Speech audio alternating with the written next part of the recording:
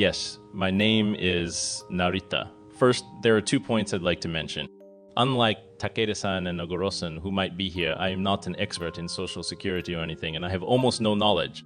Secondly, unlike Murray-san or Furukawa-san, who might be here, I have no authority to create Social Security policies. And since I do not reside in Japan, I am not a participant in the Social Security system.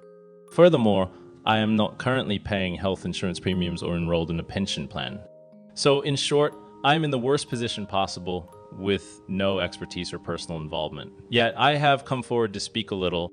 First, as an absolute layman, when I heard the theme of Social Security, I started to think about it a bit. And I quickly arrived at a conclusion. That is, I would prefer not to think about Social Security if possible. The immediate image that comes to mind with Social Security is very bleak. It feels miserable, and I would rather look away if I could. For example, my parents went bankrupt early on, and now they are disabled, sending messages every day that they want to die, and they heavily rely on social insurance.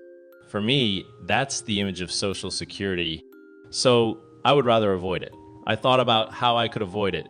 In short, if we could somehow improve the current situation where people live very long and face various problems throughout their lives, we might not need such heated debates about Social Security.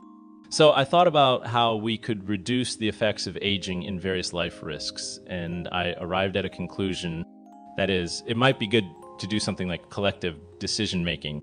In particular, it might be good to do something like group seppuku. What I mean is, you all know the book called Hagakure, right?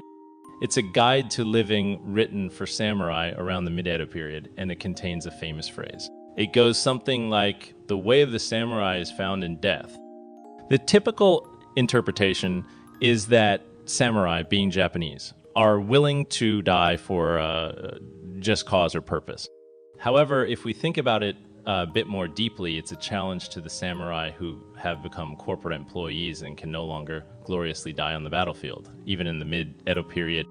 In other words, it could also be interpreted as, why not make up a just cause and purpose worthy of dying for?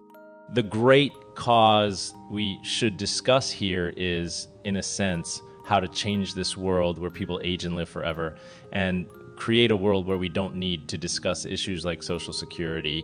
To achieve that, like Yukio Mishima once suggested, it might be a good idea to end one's life at a certain age and prevent oneself from, again, and becoming a burden in advance.